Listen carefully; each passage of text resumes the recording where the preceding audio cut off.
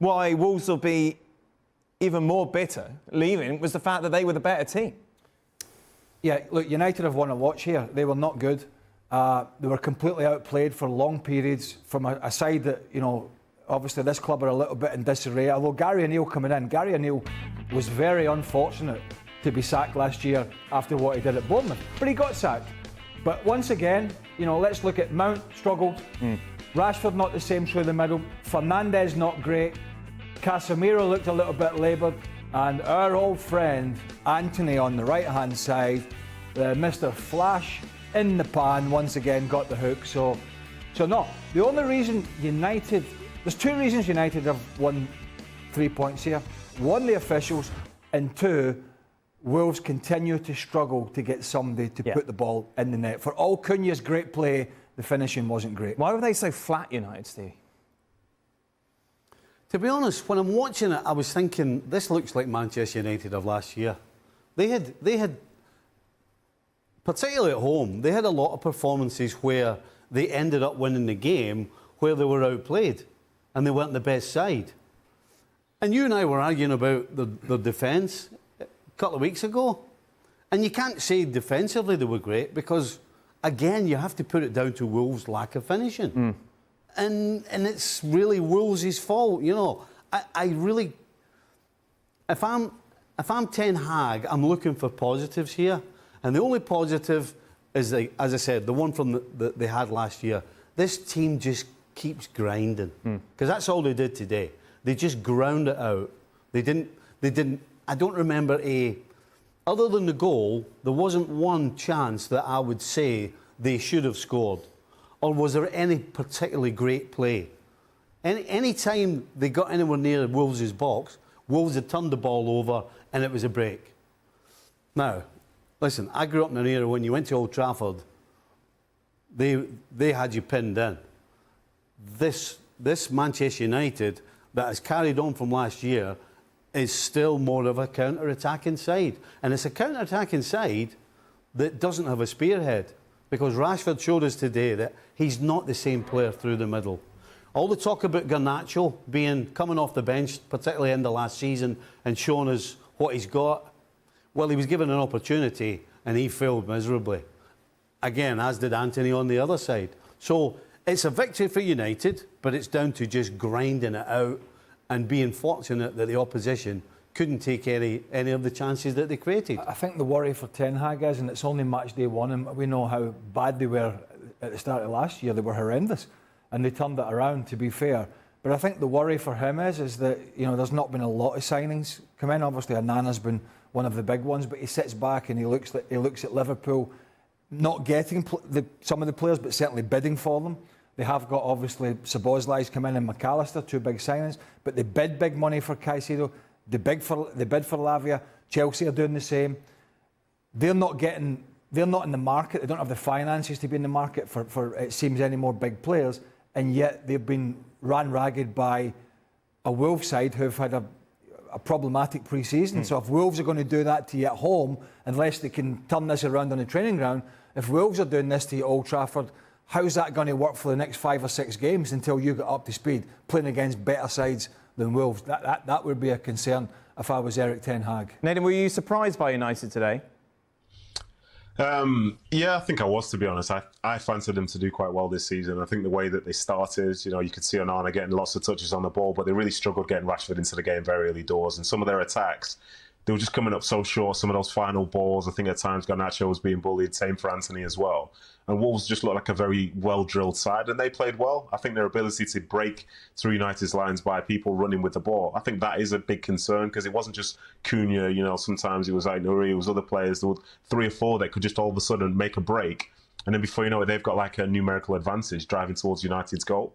And I think it's astonishing to see. I think, obviously, I think United gave up 23 shots on goal today, which is the highest it's been in probably 10, 15 years, I believe the stat was. And that's crazy to see. And there won't be many teams that will get 23 shots in a game and not manage to score. So they did get away with one today, but as the guys were saying, as was the case last year, they find a way to get results, they grind things out. And I went there a lot last season, the FA Cup and the Carabao Cup that they were in. And it was never really glorious from start to finish, but they always found a way. So I suppose the positive is, they got the win, especially considering last year was so much of a disaster for them. But there are a few question marks in there, and there were times when Casemiro looked like he was on an island, and it was not much fun for him at all. One of the questions I think that needs asking, and we talked about it over the summer, and we talked about Arsenal with, if Havertz did go in there with Odegaard and Declan Rice, how would that work? That was a concern. And then we talked about United. Well, where's Mason Mount going to play? Well, everybody told us he's going to play somewhere in midfield with Casemiro and Bruno Fernandes. And in my head, I'm thinking, I've never had Mason Mount down as a central midfielder. I've had someone as you can do a little bit of both, more of a number 10 or playing out a wide player. Yes, he works hard, but he's not what I would call a midfielder. So that balance isn't there. When you throw in Bruno Fernandes, who certainly isn't a central midfielder, you have two floating hybrid players and a guy in his 30s. And when we were talking about and putting a United side together over the summer and looking at the shape, we sat and looked at it and went, that midfield is going to get overrun. Now, what does he do? He has to bring McTominay on, who they're willing to sell to West Ham or others. They have to bring him on because he's a different kind of player to try and shore up the midfield. And I go back to it. This is Wolves this is happening against. At home. That balance, if that's the midfield he's going to go with, as soon as they play decent sides, that's going to get exposed, and Casemiro's going to get exposed, because when you get to his age, you need people around you. Because when you're getting dragged to right and dragged to the left to cover the fullbacks and all that, you just can't do it like a Rodri or a Fernandinho or a Fabinho in his days, or N'Golo Kante, or as Casemiro could when he was at Real Madrid. He can't do that now, all on his own. So when I look at that midfield with Fernandes, Mount and Casemiro, it's striking out to me that's going to get run over the top of more often than not. Manchester United, a team that has been signing, has been doing so much to try to prepare for this new season, yet they're still playing like the same thing. That game against Wolves was one of the most embarrassing. You're playing with a team that was fighting relegation. You have to dip that in your mind. You finished in the top four, playing with a team that was fighting relegation. And people wonder why people expected, maybe we thought Liverpool could pass Manchester United in the top four before the season ends. People actually thought Liverpool could do that. The reason why people were thinking like that, it's because of situation like this. What you're seeing from Old Trafford, you're on the home ground where you're expecting to do this. It might work now that you get away with murder because of referees' decisions, but you can't keep doing this. You are Manchester United. Steve Nicol is even talking about he grew up in an era where it was hard for any team to go to Manchester United. Whether they are good, they are performing well that week or what, when you come to their home, they'll suffocate you. They'll make you regret going there. That's what Steve Nicol was saying.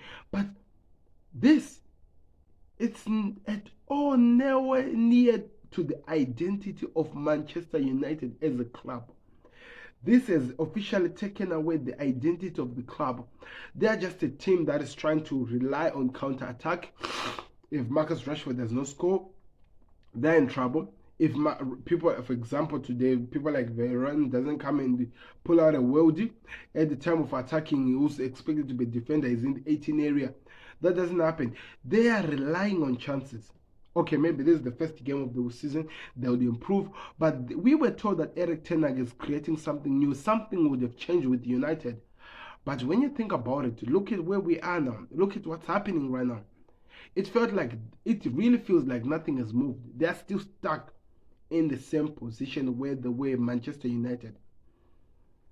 We talked about this. Somebody came out on TalkSport. I think there's a video that I even reacted about on the Connect. You can check it out. Where somebody was saying that the way they booked their preseason tour is the worst thing you can ever do as a team, because it does not prepare you for the season, because long flights actually exhaust players rather than preparing them. Let me tell you something crazy. 1 week before, listen to this, 1 week before the Premier League starts, United played a game at Old Trafford. The next day they were playing a game in Spain. Then they were back here to prepare for the Premier League. Maybe the reason that they were still playing like this, maybe they were just jet lagged, the players, they were still tired.